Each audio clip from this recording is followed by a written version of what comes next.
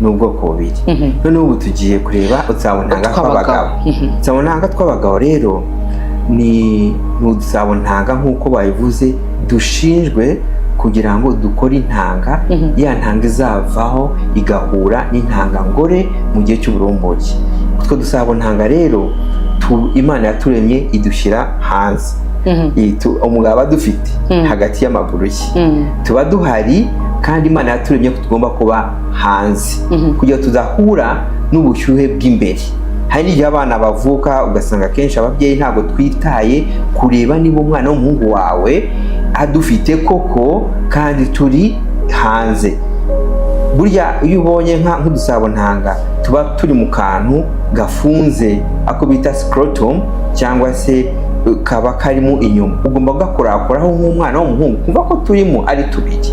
Kenshi usanga umubyeyi abona ko hari agafuniko nyine imbere agomba kuba mu dusabontanga, ariyo matestikire, ariyo bita amabya mu Kinyarwanda. Ugasanga umubyeyi ntabwo yitaye kugakoraho ngo yumve ko Imana yaturemye turimo. Imana yaturemye ko tugomba kuba inyuma hanze y'umubiri imbere kugira ngo twegura n'ubushyuhe bukabije. Niyo mpamvu rero tuje kureba impamvu ituma utu dusabontanga twangirika. Izo mpamvu zimwe ni ubushyuhe. Nyemerera wenda wa mugani duhite tunahera aho ngaho. Ni izihe mpamvu ziba zishobora gutuma udusabontanga twangirika? Uko iyo tuvuze ngo ni izihe mpamvu zituma utwo dusabontanga tw'umugabo twangirika, impamvu nasobanuye iya mbere ni ubushyuhe. Imana yatumye turi hanze kugira ngo twegura n'ubushyuhe bw'imbere. Iyo wagize malariya two ntabwo umuriro ntabwo ugomba kuyataka ubushyuhe imbere, tuba turi inyuma. Niyo mpamvu twashishikaje ko tuno dusabontanga iyo abana bakiri bato bataragera mu ya myaka ya adolescent, ni byiza ko utwo dusabontanga abana iyo bakiri bato tutabashyira muri miliye ituma bagira ubushyuhe bwinshi cyane. Niyo amaze gukora ari umugabo bitewe n'ibyo akora, ugasanga kenshi tuvuge nk'abagabo birwa bajya kuri moto cyane, agakora umunsi wose yicaye kuri moto, ubushyuhe bwaho nk'imodoka, gutwara imodoka cyane n'imbere. Niyo mpamvu tubashishikariza ko niyo bagiye kwambara n'umwenda uriya w'imbere ashyiremo umwenda wa cotton. Cotton twahita gute mu Kinyarwanda? Cotton, kugira ngo bwa bushyuhe bw'imbere bwe kuba bwinshi cyane. Icyo rero iyo udusabontanga twahuye n'ubushyuhe bwinshi karangirika, kuko intanga iyo zimaze gukorwa zibikwa hariya mu dusabontanga nk'uko nabisobanuriye, ariko ntizihure n'ubushyuhe bwinshi cyane. Iyo hari ubushyuhe cyane cyangwa se urabona nk'aba hari abantu namenye kujya muri za sauna ugasanga ugiye muri sauna ifite ubushyuhe bwinshi cyane. Ibyo nabyo ntabwo ari byiza, cyangwa kwa kundi mwicara mu kibase. Hari uburyo haje ikoranabuhanga cyangwa se ubuvuzi usanga benshi bicara mu mazi ashyushye cyane. Icyo gihe iyo wicaye mu kibase muri ya masauna ukicara mu kibase gifite ubushyuhe bwinshi cyane uwo mugabo, icyo gihe uba wishyira kuri risike y'uko urimo gutwika za ntanga zawe. Bivuze ngo ubushyuhe ni bubi. Ubushyuhe ni bubi kuri twa dusabontanga tw'abagabo nk'uko twabyumvise. Ariko noneho tubanze mbere yuko tureba niba hari uburyo umuntu ashobora kuba yabungabunga udusabontanga twe, by'umwihariko wenda ku bagabo badukurikiye cyangwa se abagize umuryango badukurikiye. Udusabontanga dushobora kuba twagira ibyago tukangirika, twakwangirika wenda umwana w'umuhungu akiri muto cyangwa se ari umusore cyangwa se ari umugabo, bishobora gutera zihe ngaruka? Buriya ikindi gituma udusabontanga twangirika ni indwara. Hari igihe burya umwana w'umusore cyangwa se umugabo, ariko hari n'abana bakiri bato barwara icyo bita amashyamba, ya infection virale. Usanga abana barwaye indwara z'amashyamba, MAPS, bazita MAPS. Izi nazo ziragenda zikataka zikajya ku dusabontanga, tugatuma za testikire cyangwa utwo dusabontanga twangirika. Umwana yazakura ageze muri ya myaka ya adolescence cyangwa se n'umusore, ugasanga kenshi ntabwo tubashe gukora za ntanga. Nabyo ni izindi mpamvu. Izindi nanone nushaka kukubwira nuko muri iyi minsi hateye indwara za kanseri. Usanga abana b'abasore barwara kanseri bakiri bato. noneho wareba umuryango wacu uko iterambere uko rigenda riza, kenshi usanga ibintu byo kutabyara ntabwo usanga umuryango nyarwanda cyangwa se babitekerezaho cyane. Ugasanga abaganga aguhaye wa muti wo kuvura kanseri ukiri muto utaranashaka, ariko ntiyibuke yuko iyo miti ya chemotherapy cyangwa radiotherapy ya kanseri kwigiye kwangiza za twadusabo ntanga. Niyo mpamvu haje iterambere. Ni byiza ko nk'abanyamakuru turimo tubwira kuri iyi sije kugira ngo tunabwira n'abariya baganga bakora mu nzego zo kuvura abantu kanseri, bajye babanza barebe ese uyu mupapa cyangwa se umusore, ese mu gihe azaba tumaze kumuvura agashaka kwagura umuryango, uyu musore ntibizamugiraho ingaruka, twamufasha gute? Niho rero dushishikariza yuko tunabwira n'abaganga n'abarwayi bari muri izo nzego bajya babanza uwo muntu ni wagiye kuvurwa kanseri abanze amutuzanire, tuganire nawe turi ukuntu twamubikira intanga ze. Burya intanga z'umugabo ni kimwe n'iz'umugore. Niba bose bagiye kuvurwa kanseri twazibabikira, na nyuma y'imyaka 10 ashobora kuzagaruka yifuza kwagura umuryango, zigasuzwa mu mubiri we. Oya, duhita tuzivanga n'intangangore kuko ntabwo ziba zikishujwe mu mubiri we, ahubwo tuzikoresha icyo zigomba gukora. Ubwo bushobozi mu gihugu burahari?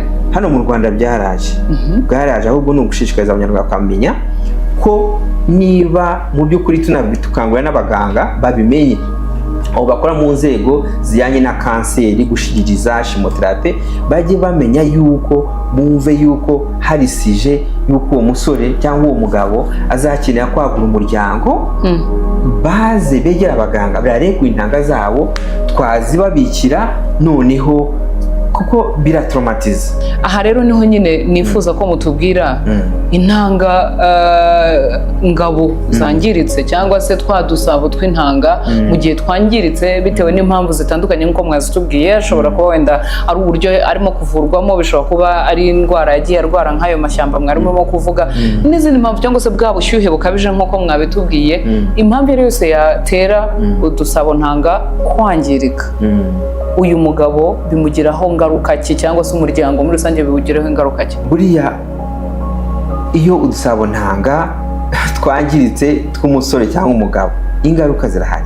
Hari ingaruka of course, Imana yaturemye ko tugomba kwagura imiryango, tugomba gushaka.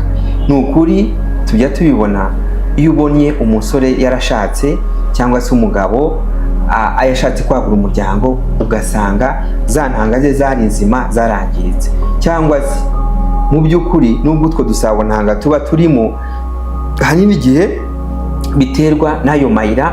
Ko urabona iyo utwo dusabo ntanga intanga zisohoka mu gihe habaye igikorwa guhura umugore n'umugabo, hari ayo mayira aho zinyura haba harafunze byateye n'indwara, cyangwa se harafunze bitewe n'ukuntu Imana yabiremye.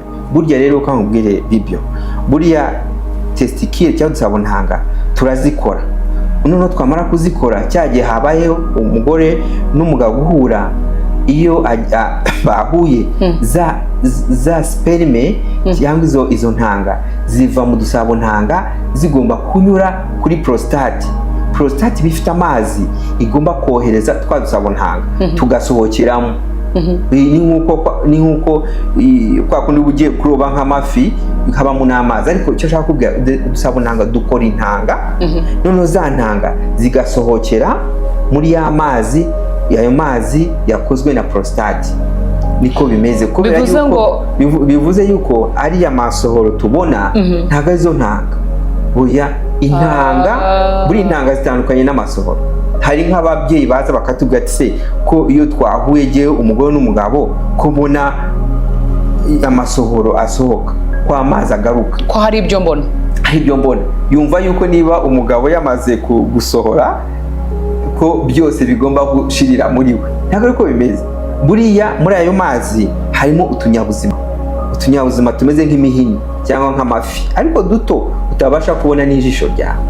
None bivuze iki? Hari udusabo ntanga hakabona prostate.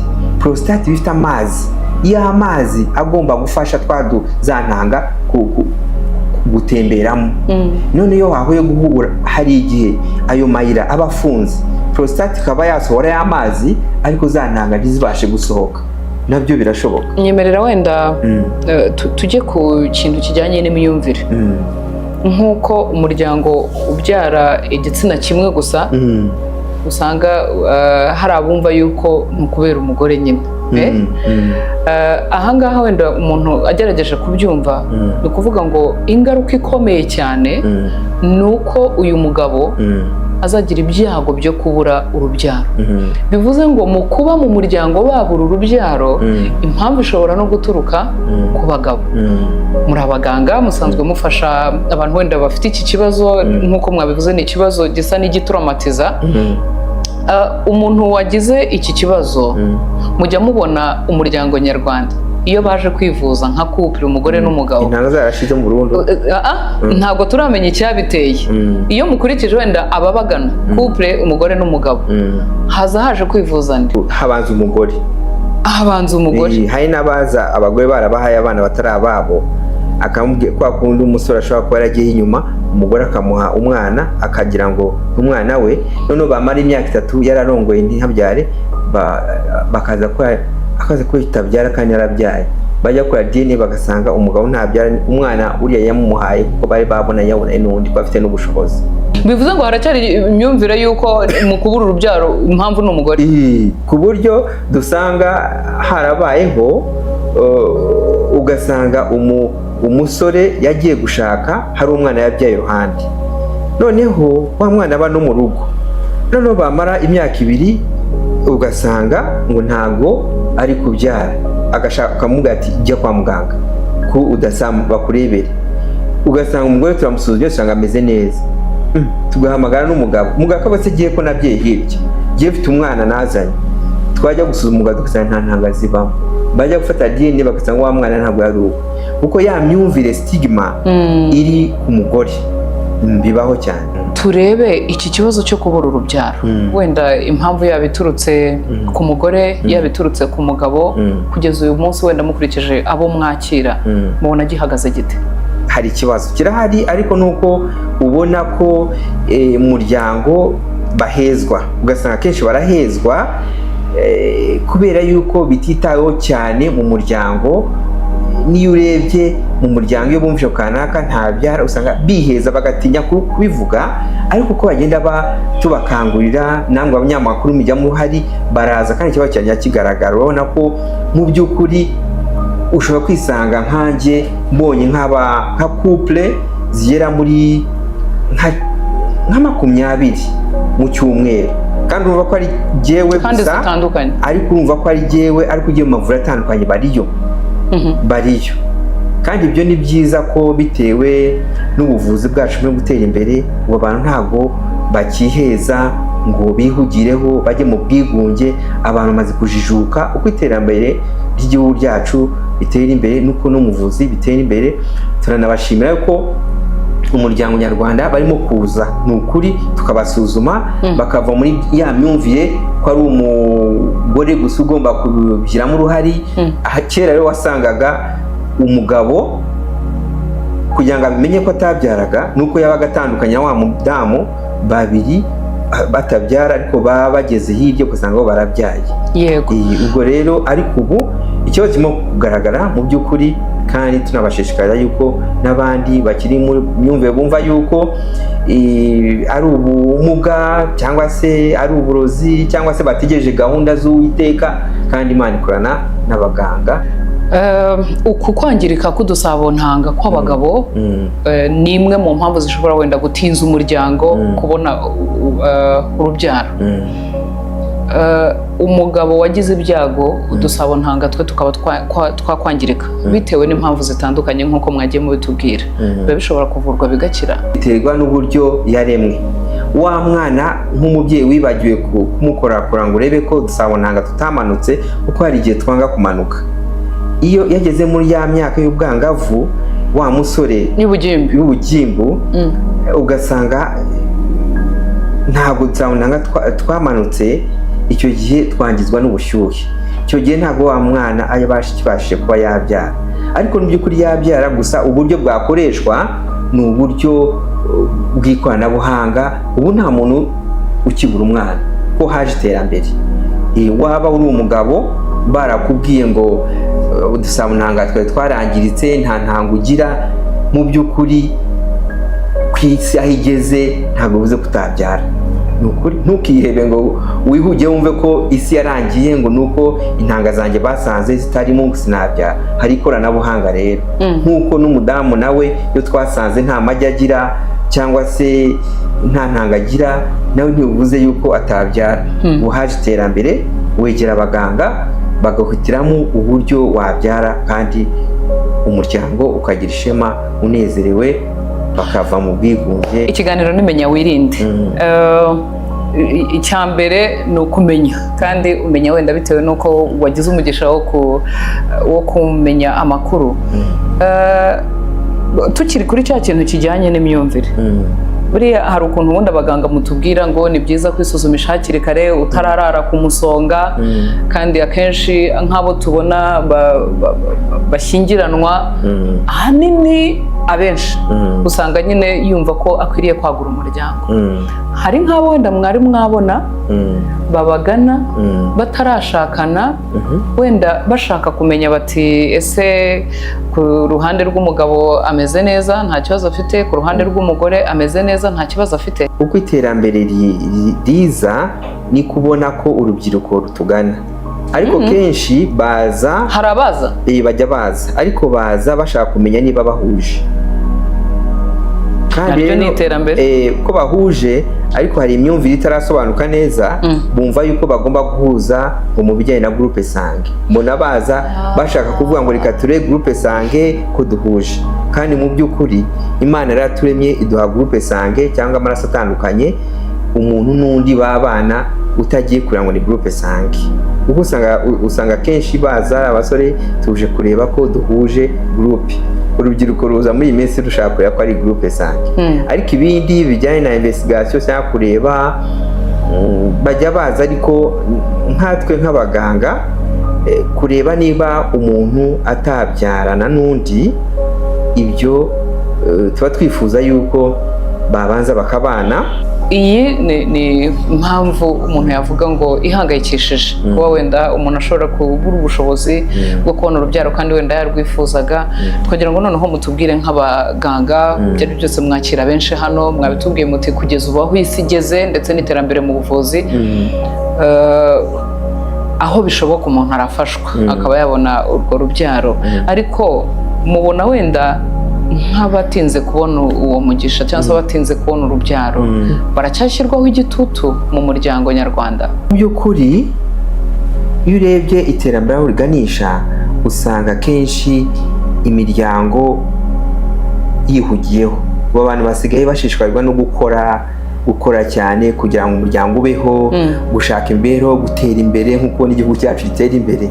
Usanga kenshi bino bintu byo kuba dukora cyane, usanga icyo gitutu kigabanuka.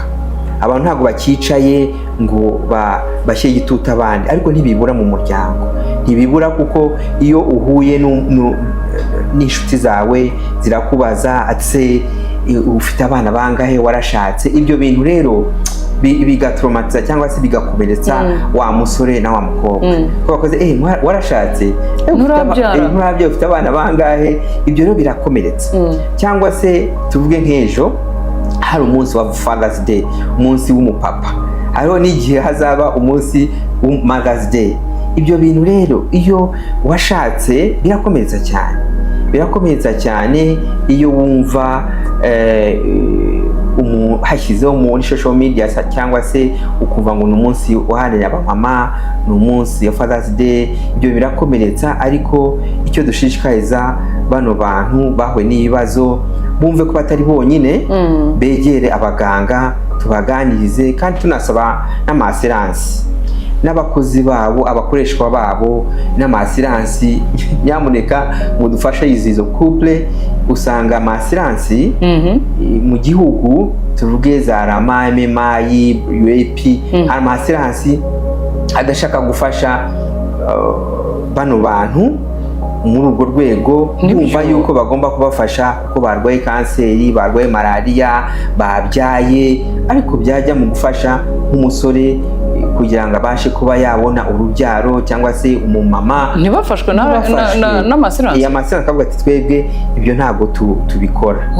Iyi kandi buno buvuzi burahenze. Urumva buno buvuzi iyo bize mu byakomeye byo kugira ngo wagure umuryango niyo happiness, usanga amasiranse menshi mu by'ukuri nk'abanyamakuru muzabegere munabatubarize rwose kubera iki izi couple cyangwa se uwo mukozi wawe utamufasha kandi nawe akeneye kunezerwa mu muryango nyarwanda. Si no kunezerwa gusa ariko harimo no kuba yatuza no kuba bamurinda n'izindi ndwara. N'akazi gakozwe neza kuko gihe nagiye mu bihugu byo hanze usanga umuntu niba akorera muri organisation runaka cyangwa se nk'amabanki runaka yiyemeza ikamuguriza ya mafaranga kugira imufashe azanakore yishyura ariko abona umwana. Ariko usanga mu muryango wacu rero haracyarimo ikibazo. Hano bumva yuko ari ukubyara ariko bakibagiza wa muntu wabuze urubyaro ntibanamuganirize. Ibyo cyo dushaka nuko umuryango wacu wegera aba bantu bafite igikomere abaganirize, niba banagurizwa n'amasiransi abafashe ntibabagore kugira ngo nabo babashe kuvurwa kuko ni uburwayi. Turimo kuganira cyangwa se twaganiraga ku buryo umuntu ashobora kubungabunga udusabo ntanga twe by'umwihariko nyine bagabo, nk'uko aribo twakomeje kuganiraho. Twabonye ko ishobora kuba imwe mu mpamvu zikomeye zishobora kuba zatuma wenda umuryango utinda kubona urubyaro cyangwa se ukaba wabura urubyaro. Mwari mutanze ubutumwa ku muryango nyarwanda muti nyabuneka mwirinde ibintu byo kubaza ngo nturabyara ufite abana bangahe n'ibindi nk'ibyo ngibyo, ariko by'umwihariko turifuza ko wagira inama uyu muryango ubwawo utarabona urubyaro, umugore n'umugabo, iyi couple yatinze kubona urubyaro, iyi couple itarabona urubyaro, mwabagira nama ki? Mu by'ukuri barahari na benshi ariko tuzakora n'ubushakashatsi tubamenye mu gihugu barahari, ariko mu by'ukuri turabagira inama niba mugihura n'icyo kibazo, mugifite ikibazo cyo kuba mutarabona urubyaro, mu by'ukuri mwikwigunga mu kubyihererana, mwikumva yuko ari ubushake bw'Imana, mwikumva yuko warozwe kandi umwiryane ugabanuke, wumve yuko umugabo atagomba kumvira koza ku nkeke umugore. Mu by'ukuri mwegere abaganga, munasenge n'Imana ko mwegera n'abaganga babarebe impamvu, wegere n'umukoresha wawe n'umuryango urebe ko hari ukuntu wafashwa ntubyihererane. Mu by'ukuri turabibona ko mu muryango wacu turabizi, namwe murabizi ko mu muryango hari umukobwa washyingiwe cyangwa se umukobwa w'umuryango ushobora kuba yaratandukanye n'uwo bashakanye kuri izo mpamvu, cyangwa se umugabo yarashigeje kujya hirya gushaka undi mwana. Ibyo byose bigira impact mu muryango. Barahari turabona, mu by'ukuri barababaye ariko bakomere, bumve yuko hari iterambere bagomba gufashwa. Tubizi yuko ubuvuzi buhenze ariko duhamagarana dushishikariza n'abakoresha babo ko babafasha mu buryo bushobotse kandi ntibabyihererane, kuko turabona yuko benshi barigunga rwose. Bumve yuko ubuzima butahagarara kumva ko niba utabyaye ntabwo ubuzima bugomba gukomeza, ariko bakomere, ariko bumve ko hari ubuvuzi.